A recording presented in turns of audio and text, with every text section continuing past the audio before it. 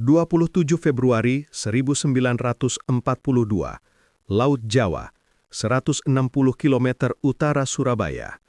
Langit masih kelabu ketika gelombang perlahan bergulung ke sisi lambung kapal penjelajah Belanda HNLMS De Ruyter.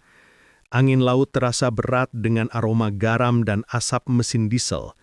Di dek atas, Laksamana Karel Doorman berdiri tegak, matanya menatap garis horizon yang samar, ke arah di mana armada Jepang dilaporkan bergerak. Di bawahnya, mesin-mesin mulai meraung. Asap hitam mengepul dari cerobong kapal Inggris HMS Exeter dan kapal Amerika USS Houston. Armada sekutu yang terbentuk tergesa-gesa ini, Belanda, Inggris, Amerika, dan Australia, bersiap menghadapi musuh yang sudah dikenal lebih terorganisir, lebih berpengalaman, dan jauh lebih banyak. Di radio kapal, suara operator terdengar tegang. Laporan pengintai, 8 kapal perusak Jepang bergerak cepat dari utara. Kapal penjelajah berat terlihat di belakang mereka, jarak sekitar 50 km. Doorman menatap peta laut yang ada di tangannya.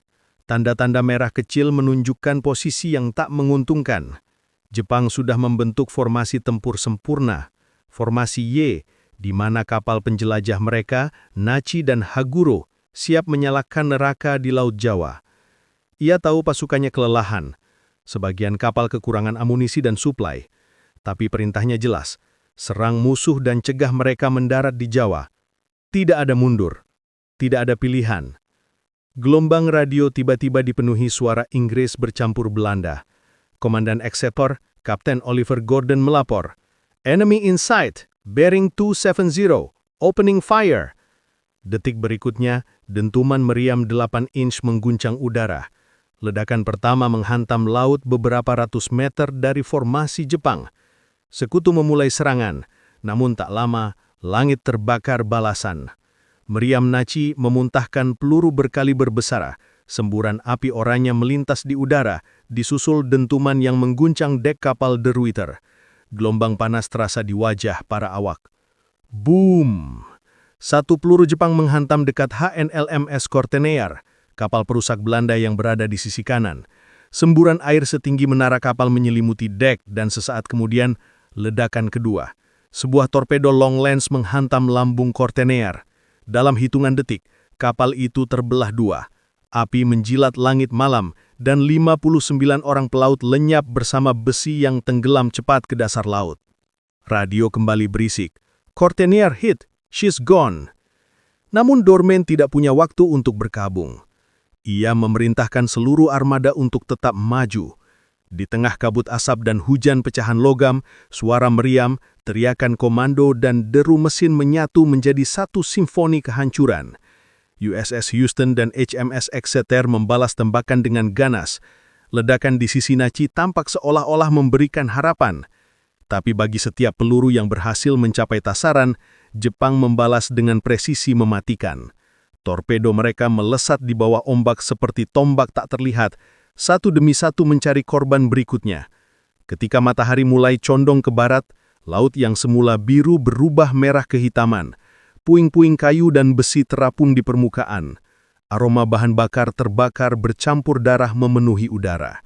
Di ruang komando De Ruyter, Doorman mendengarkan laporan demi laporan kapal yang rusak. Exeter kehilangan daya tembak utama, Houston kehabisan amunisi anti pesawat, dan 2 kapal perusak Australia terpaksa mundur karena kerusakan mesin. Namun di wajah Laksamana itu tidak ada ketakutan, hanya ketegasan seorang pria yang tahu bahwa sejarah sedang ditulis di hadapannya. "Kita akan terus bertempur," katanya tenang, "selama masih ada satu kapal yang bisa menembak." Dan dengan itu, pertempuran di Laut Jawa terus mengamuk hingga malam menelan seluruh cahaya terakhir di Cakrawala. Saat matahari tenggelam, langit di atas Laut Jawa berubah kelam. Asap tebal menutupi bintang-bintang, sementara laut di bawahnya memantulkan cahaya oranye dari kapal-kapal yang terbakar. Suara meriam mulai berkurang, berganti dengan desisan api, jeritan awak yang terluka, dan lolongan angin malam. Namun bagi Laksamana Doorman, pertempuran belum berakhir. Di dek komando HNLMSD Ruiter, lampu-lampu dinyalakan redup. Kapal bergerak perlahan dalam formasi bersama HNLMS Java dan USS Houston. Di kejauhan, bayangan kapal HMS Exeter nyaris tak terlihat. Mesin rusak parah. Ia mundur dengan kecepatan minim, dikejar kapal perusak Jepang. Dorman menatap ke arah gelap laut di utara. Di sanalah musuh berada, di luar jangkauan pandang, tapi setiap orang di dek tahu mereka sedang diawasi. Torpedo Jepang bisa datang dari arah manapun. Di ruang radio, operator Belanda menerima potongan pesan dari kapal sekutu lain. Sinyal samar dari HMS Encounter. Mereka diserang torpedo, kehilangan kontak. Laporan tambahan, pesawat pengintai Jepang terlihat di barat laut. Dorman menunduk sejenak, menimbang pilihan. Ia tahu armadanya kelelahan. Awak sudah bertempur lebih dari 6 jam tanpa henti. Amunisi menipis, radar dan komunikasi terganggu. Tapi jika ia mundur ke Surabaya malam itu, pasukan Jepang akan bebas menyeberang ke Jawa keesokan paginya. Ia tak bisa membiarkannya. Kita akan lanjut ke barat. Kita kejar mereka, katanya pelan tapi tegas. Perintah itu membuat ruang komando hening. Para perwira saling pandang, memahami arti kata-kata itu. Mereka akan bertempur dalam kegelapan total, tanpa dukungan udara, melawan armada yang jauh lebih unggul. Namun tak satu pun menolak. Semua tahu perintah Dorman bukan sekedar taktik, itu sumpah. Sekitar pukul 22 malam, 3 kapal sekutu tersisa menembus gelombang, menuju barat. Di kejauhan, cahaya redup terlihat di cakrawala, kilatan moncong meriam Jepang. "Contact! Enemy ships! Ahead!" Dentuman kembali mengguncang laut. Gelombang panas merambat ke dek, menggoyang tiang dan tali baja. Java membalas dengan salvo meriam utama, suaranya bergema keras di antara badai malam. Tapi jarak terlalu jauh, dan torpedo Jepang sudah dilepaskan. Boom! Torpedo pertama menghantam sisi Java. Ledakan besar mengguncang seluruh kapal. Api menjalar cepat dari ruang mesin hingga ke amunisi cadangan.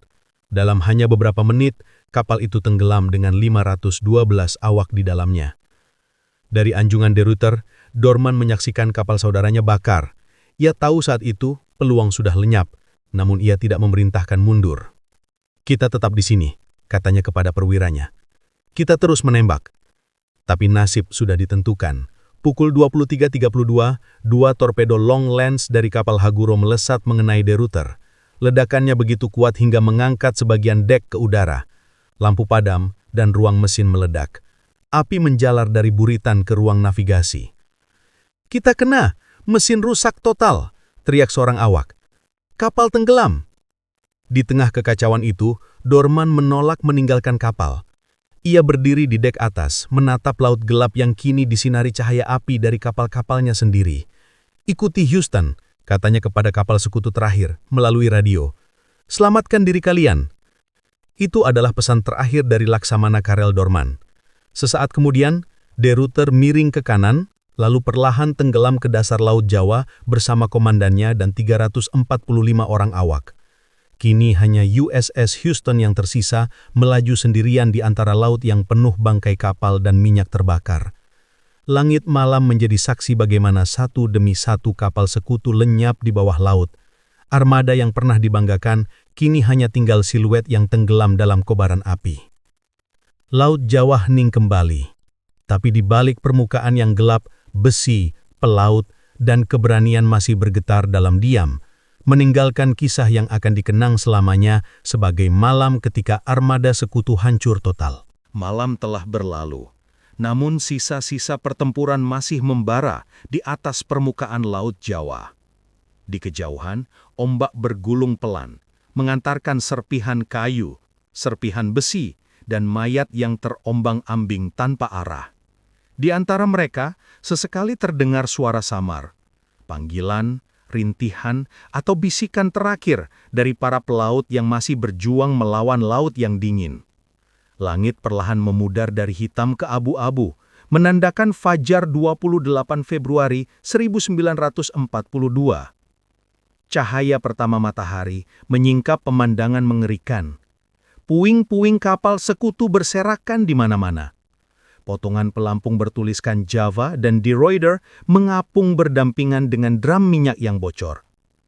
Minyak hitam menutupi permukaan air sejauh mata memandang, memantulkan kilau seperti kaca di bawah sinar matahari pagi. Di atas perahu penyelamat kecil, sekitar 20 pelaut Belanda dan Inggris saling menopang. Mereka diam, sebagian karena syok, sebagian karena kelelahan luar biasa. Seorang pelaut muda, wajahnya tertutup jelaga dan darah kering, memandangi laut kosong di sekitarnya. "Di mana kapal lainnya?" bisiknya pelan. "Tidak ada lagi kapal," jawab perwira di sampingnya lirih. Beberapa jam kemudian, kapal perusak Jepang Asagumo muncul dari utara. Dari kejauhan, bendera merah putih matahari terbit berkibar di bawah langit pagi. Mereka datang bukan untuk bertempur lagi, tapi untuk menyapu sisa perlawanan dan mencari korban yang masih hidup. Ironisnya, beberapa awak yang selamat dari armada sekutu akhirnya diselamatkan oleh musuh mereka sendiri. Di sisi lain laut, USS Houston masih berlayar pincang ke arah barat daya. Kapten Albert Rooks berdiri di jembatan komando, menatap gelombang dengan mata kosong. Kapalnya kehabisan torpedo, sebagian besar meriam utama rusak, dan lebih dari separuh awak terluka. Namun ia menolak menyerah. Bersama kapal Australia, HMS Perth, mereka bertekad menuju pelabuhan Tanjung Priok, satu-satunya tempat aman yang tersisa di Jawa.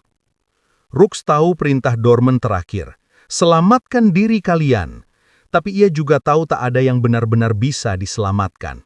Jepang sudah menguasai laut, udara, dan hampir seluruh jalur komunikasi. Sekutu tak lagi memiliki armada di Hindia Belanda.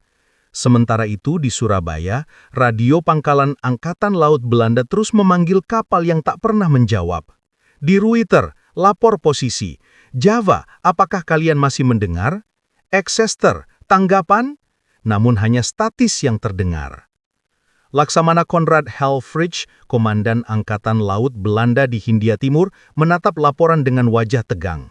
Ia memahami sepenuhnya armada gabungan ABDA, American British Dutch Australian Command, sudah hancur. Tidak ada kapal yang tersisa untuk mempertahankan Jawa dari invasi. Kekalahan ini bukan sekedar militer. Itu adalah simbol kejatuhan seluruh Hindia Belanda. Tanpa perlindungan laut, pasukan Jepang kini bebas menyeberang tanpa hambatan ke pelabuhan-pelabuhan strategis, Surabaya, Tanjung Priok, dan Semarang.